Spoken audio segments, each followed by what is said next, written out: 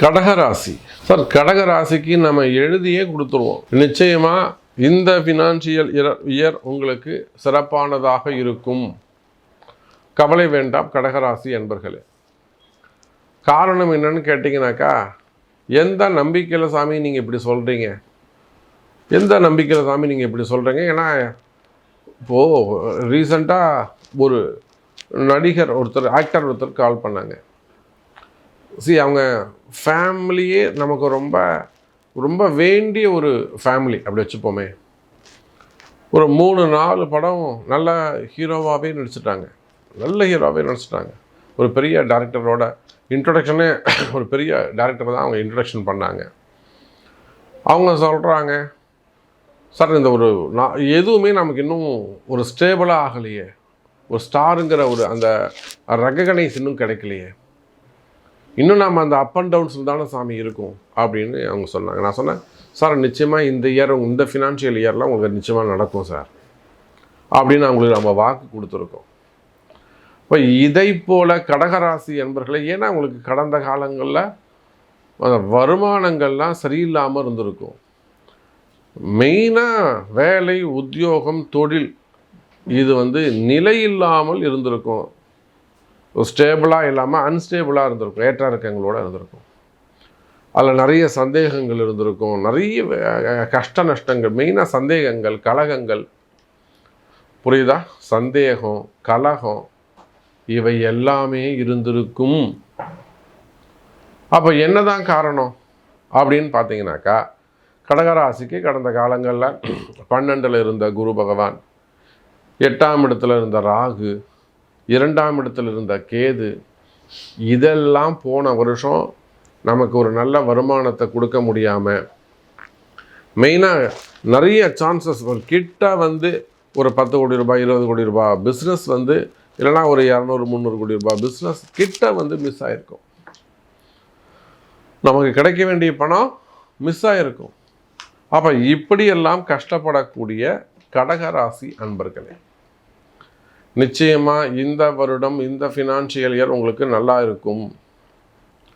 அதிலும் குறிப்பாக வேலைக்கு செல்லக்கூடியவங்க, ஜாப் பண்ணக்கூடியவங்க, பிஸ்னஸ் பண்ணுறதா இருந்தால் அது வேறு விஷயம். மெயினாக நான் என்ன சொல்கிறேன்னா, ஒரு மிடில் கிளாஸில் இருக்கக்கூடியவங்க, மாதம் ஒரு 2 லட்ச ரூபா சம்பளம், 3 லட்ச ரூபா சம்பளம், 30,000 ரூபா சம்பளம், இவங்களாம் பட்ஜெட் போட்டு வாழக்கூடியவர்கள்.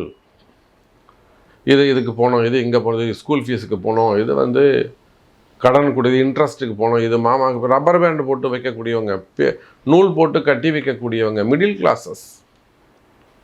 மாதம் பேர் தான் சாமி 2 லட்ச ரூபா சம்பளம், 20,000 கூட நான் வீட்டுக்கு எடுக்கிறது இல்லை. இன்றைக்கும் பீப்புள்ஸ் இருக்காங்க, வெளிநாடுகளில் இருக்காங்க, சிங்கப்பூர் இருக்கிறாங்க, அமெரிக்காவில் இருக்கிறாங்க, ஆமாம் யுஎஸில் இருக்கிறாங்க, பேர் தான் அமெரிக்காவில் இருக்காங்க சாமி. அவங்களுடைய உண்மையான சூழ்நிலை எனக்கு தெரியும். அப்போது கனடாவில் இருக்கிறாங்க. அவங்க அந்த அளவுக்கு நம்மக்கிட்ட உண்மையாக இருப்பாங்க, நாம் அவங்களுக்கு அந்த அளவுக்கு ஒரு குருநாதராக உண்மையாக இருக்கும் வழிகாட்டுவதில்.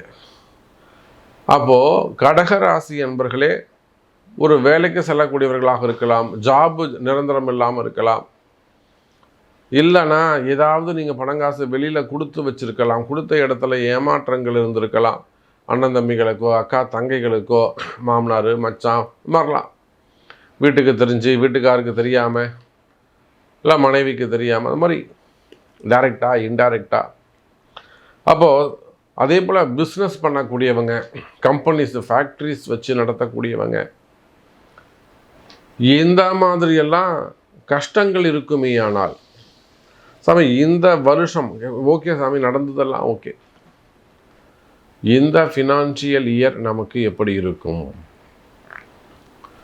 இந்த ஃபினான்ஷியல் இயர் நமக்கு எப்படி இருக்கும், 2026, 2027 இந்த ஃபினான்ஷியல் இயர் நமக்கு எப்படி இருக்கும்? போன வருஷம் மாதிரி நம்ம கஷ்டப்படுவோமா?